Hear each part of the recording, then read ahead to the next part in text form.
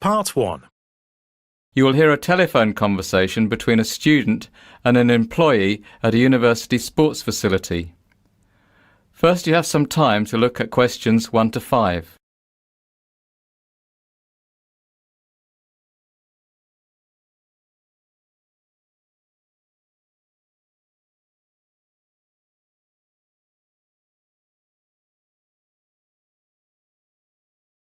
Now we shall begin.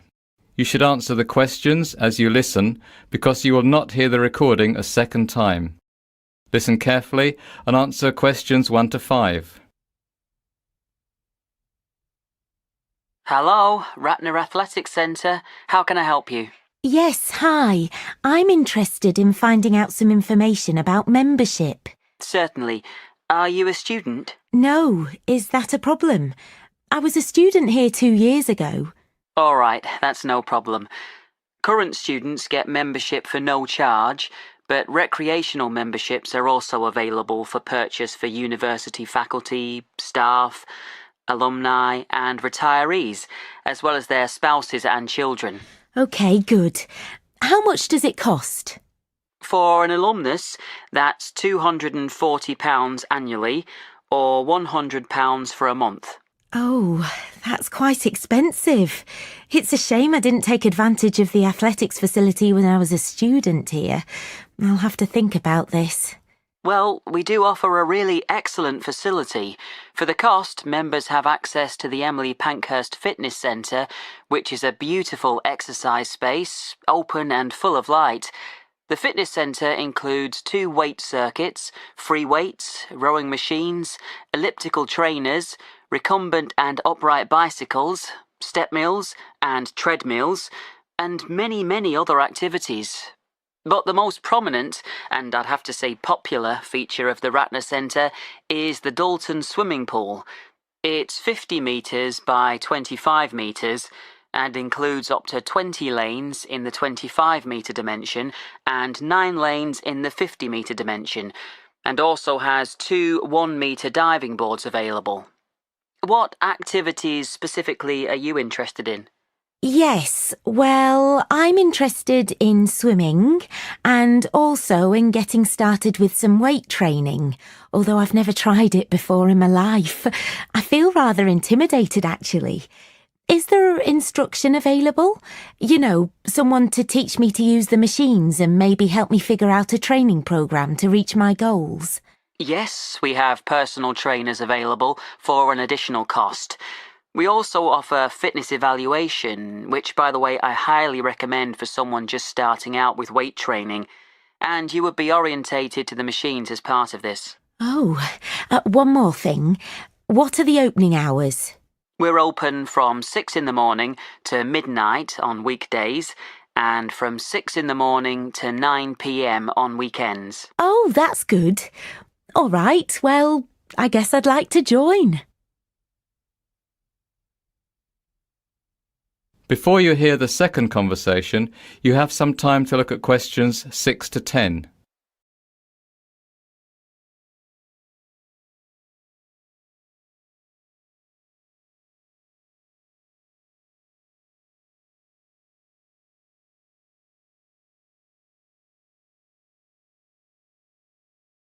Now listen and answer questions 6 to 10.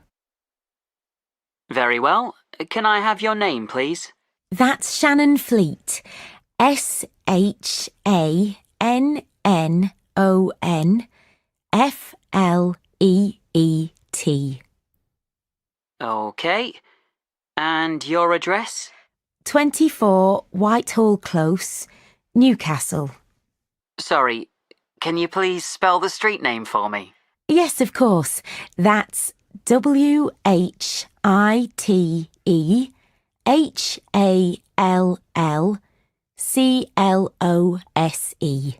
Got it. And your postcode? NE01EN. N as in night and E as in England? Yes, that's correct.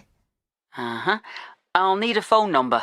OK, it's 9765 484 493. That's 9765484943. No, sorry. The last three numbers are 493, not 943. OK. Now, you'll need to pay when you come for the first time, and you can either pay by cash or credit card. I'll pay cash. Fine. And be sure to bring some sort of proof of address, like a bill or driver's licence. I don't drive. Will my electricity bill do? Yes, that's fine. And also bring a passport-sized photo so we can make up your membership card. OK, thanks. I'll come by this afternoon. That is the end of part 1. You will now have half a minute to check your answers.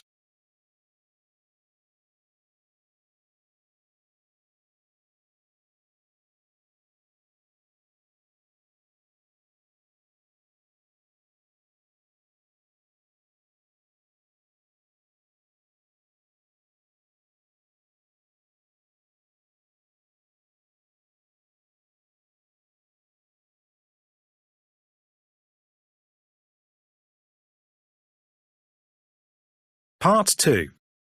You will hear a tour guide talking to her tour group. First, you will have time to look at questions 11 to 15.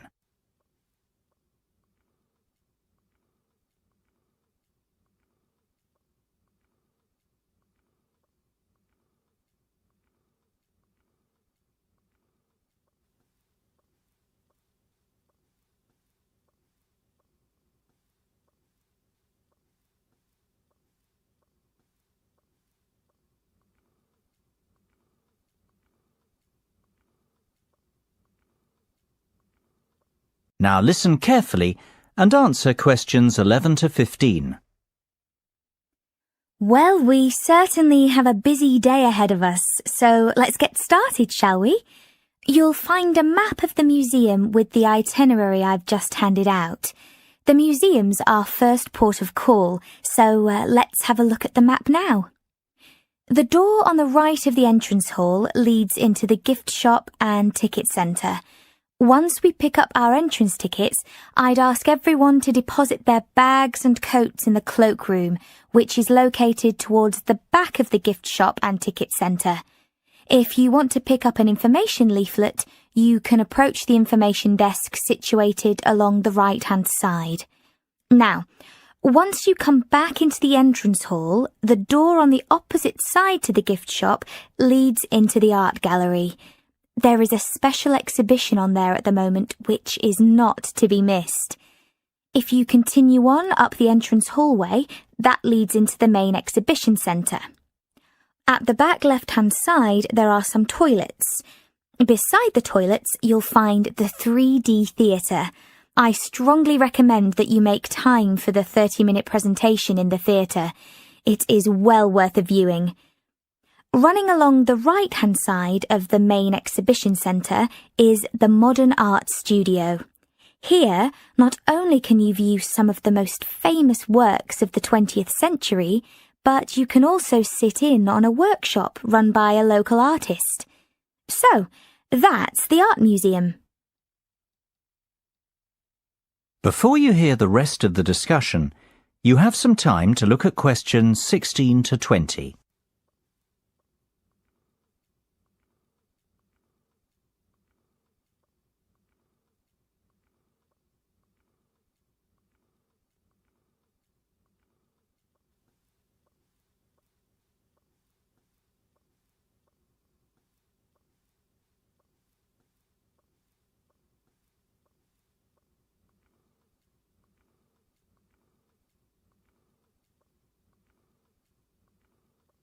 Now listen and answer questions 16 to 20.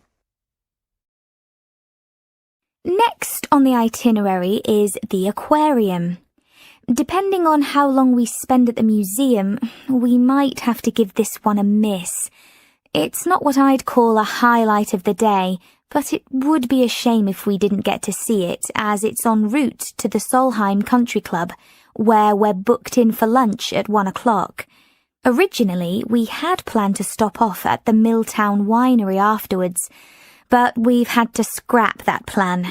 Otherwise, we'd never get to the zoological gardens before closing time. We have pre-booked the gardens and must be there by 2:30, so no dilly-dallying please after lunch. Straight back onto the bus. The gardens close at 3:30, so we've an hour there, which should give us ample time to look around. Time allowing, we'll stop off at the famous Stout Brewery after that, if traffic isn't too heavy, and we're in Lincoln before 5. If not, we'll head straight for the National Concert Hall, where you're in for a real treat of an evening, with a performance from the world-renowned cellist, Andrei Borovsky. We have to be in our seats by 6:30 sharp. After that, it's back to the hotel for the night, where a buffet meal will be waiting for us at 8:30, or whenever we get back. That is the end of part 2. You now have half a minute to check your answers.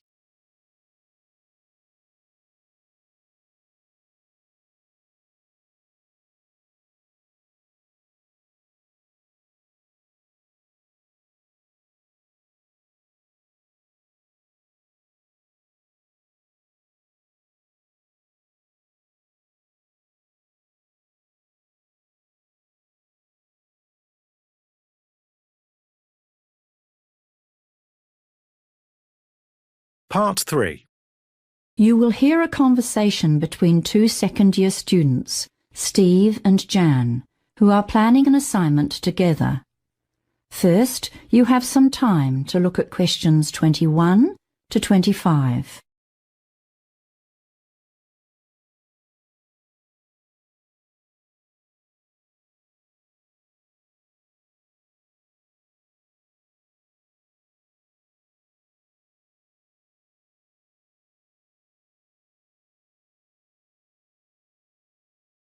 Now listen carefully and answer questions 21 to 25.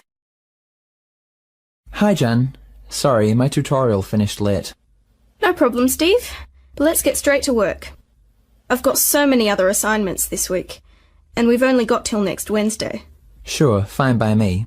So, we've got to do a combined presentation with at least 20 slides and a recommendation at the end. Is that right? Yes, and then 5 minutes for questions. Oh, right. I'd forgotten that.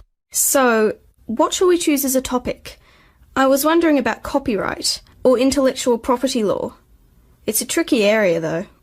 Well, I've been doing a bit of reading about digital privacy, and it's actually a really challenging issue now.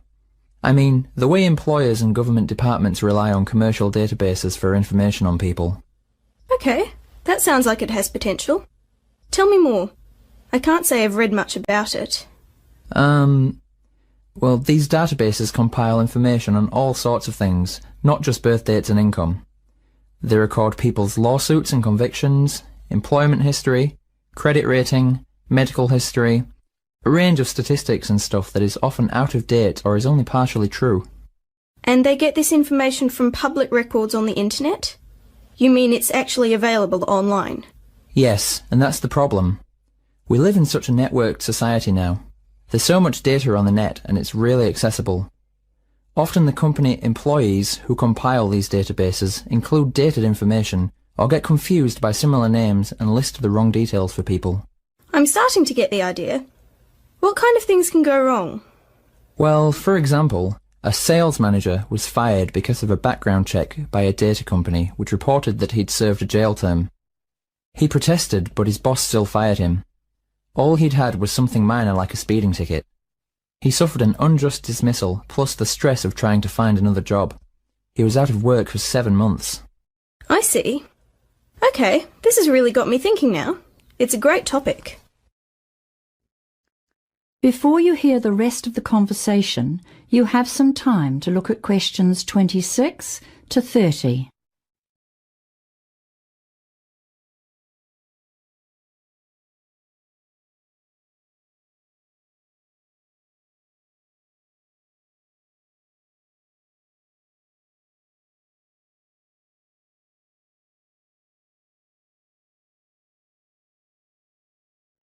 Now listen and answer questions 26 to 30.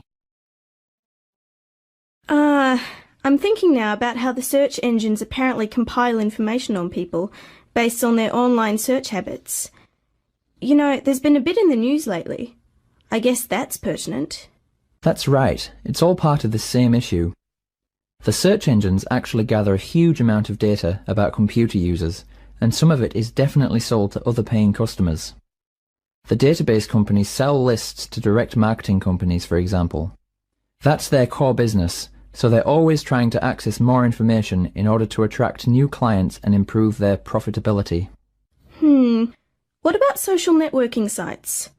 How much of that information is truly private? Not a lot, it seems, and hackers can download sensitive information and misuse it as well. Also, every time you fill out an online form or survey to enter a prize draw, you're compromising your privacy. I never thought about that. I often enter those and give my email address and mobile number. Well, apparently in Europe they have laws controlling the ability of companies to sell or share people's personal data without getting explicit consent, but that's not the case here. Then that could be our main recommendation. Yes, and then we can advise people to actually purchase their own credit reports and files from a few of the big database companies to check that the information stored on them is actually accurate. It's so frustrating to have to do something like that. For sure. Also, bloggers should be very cautious. They can be sued for breaches of privacy and for libel. Even Twitter comments aren't exempt from legal action. So that's another area to consider for suggestions. Anyway, we need to decide how to split this up. How about if one of us does an overview of the general issue and the history of it all to date? I think I might tackle that.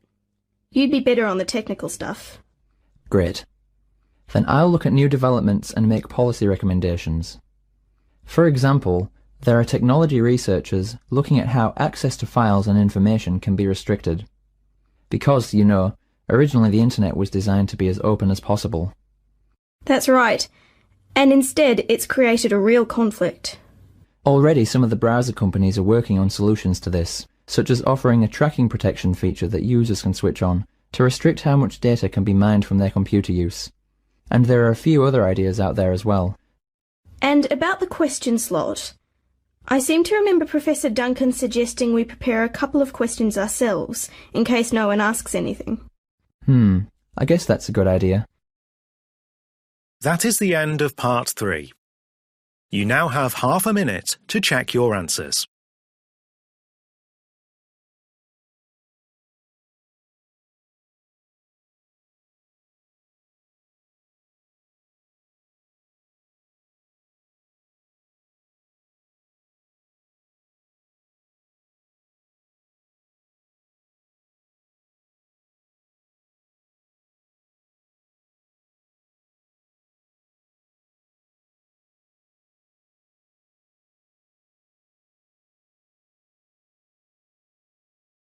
Part 4. You will hear a lecture about marine life. First, you have some time to look at questions 31 to 40.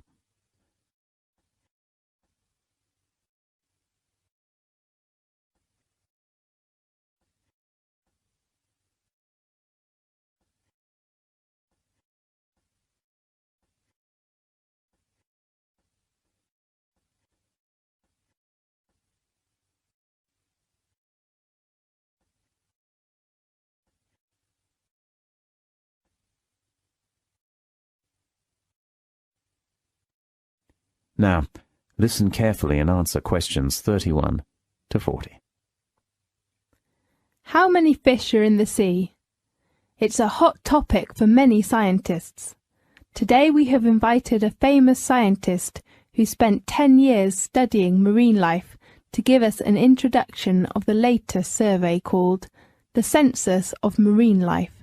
Let's welcome Alok Jha. Thanks, Ella. The Census of Marine Life has been the biggest and most comprehensive attempt ever to answer that question. How many fish are in the world's oceans? The Census of Marine Life, which hopes to indicate a baseline of marine life, estimates that there are more than 230,000 species in the sea. The study covers from coast to the open ocean, from the shallows to the deeps, from little things like microbes to large things such as fish and whales. A team of over 360 scientists from all over the world have spent the past 10 years surveying 25 regions, from the Antarctic through to the temperate and tropical seas to the Arctic, to count the different types of plants and animals. The findings indicate that crustaceans such as lobsters, crabs, krill, and barnacles account for a fifth of the number of species in the world's oceans, and half of the world's marine species is mollusk, squid and octopus, and fish, including sharks. The charismatic species usually used in propagating environmental protection, for example whales, sea lions, turtles, and seabirds, account for less than 2% of the species in the world's oceans. The study has also focused on major fields of concern for conservationists. In every region, they got the same experience of a major collapse of what were usually very abundant fish stocks or crabs or crustaceans that are now only 5 to 10% of what they used to be. The main reasons include overfishing, degraded habitats, and pollution. But more problems are presented. Rising water temperatures and acidification brought by climate change and the growth in areas of the ocean that are low in oxygen and therefore unable to support marine life. The census of marine life shows that enclosed seas, such as the Mediterranean Sea, the Gulf of Mexico, China's shells, the Baltic, and the Caribbean, have the most threatened biodiversity. The pollutions in enclosed seas are mainly from chemicals or garbage that people throw into it. Dense coastal populations of humans also tend to be packed along enclosed seas, meaning rising contaminations and extraction of more biodiversity from the water. The Mediterranean Sea, which contains around 17,000 identified species, has been a region with high threat. Scientists in our team studying the Mediterranean identified problems related to increased litter from shipping and munitions across the sea, as well as bombs discharged during the Kosovo War. The Mediterranean also has to face problems with invasive species, displacing the creatures that already live there. The census of marine life shows that the Mediterranean Sea has the most alien species, more than 600, among all the 25 regions that have been surveyed. It looks like the region with coral reefs has always had a very high rate of speciation. It also has a very diverse range of habitats, from the deepest regions of the ocean to large regions of shallow seas which can afford coral reefs. The most diverse regions identified by the Census of Marine Life are around Australian and Japanese waters, which contain more than 30,000 species each, and are among the most biologically diverse in the world. Next in line are the oceans of China, the Mediterranean Sea, and the Gulf of Mexico. Besides algae and the seabirds and mammals that travel around the sea, viperfish has been regarded as the most cosmopolitan marine creature by the Census of Marine Life. Its presence was recorded in around a quarter of the world's seas. And for every marine species of all kinds known to science, scientists of the Census of Marine Life estimate that at least 4 have yet to be discovered. For example, about 70% of species of fish have been discovered, but for most other groups, likely less than 1/3 are known. Our research team has found the number of marine fish species was about 16,764 and was growing at around 100 a year. So scientists estimate that there are almost 22,000 fish species in the world's oceans. The most fruitful potential areas for discovery include the tropics, deep seas, and southern hemisphere. although most ocean organisms still remain nameless, and their numbers unknown at the end of the census of marine life, we still gained an important and exciting start. Definitely. That's a great achievement. Thank you very much. OK, thanks to Alok for giving the amazing information about marine life. Next week we will... That is the end of part 4. You now have half a minute to check your answers.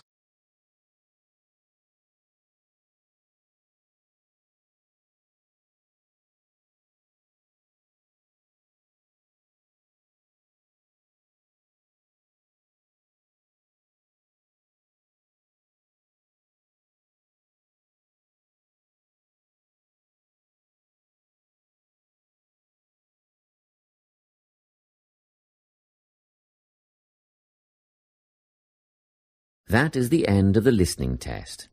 You now have 10 minutes to transfer your answers to the listening answer sheet.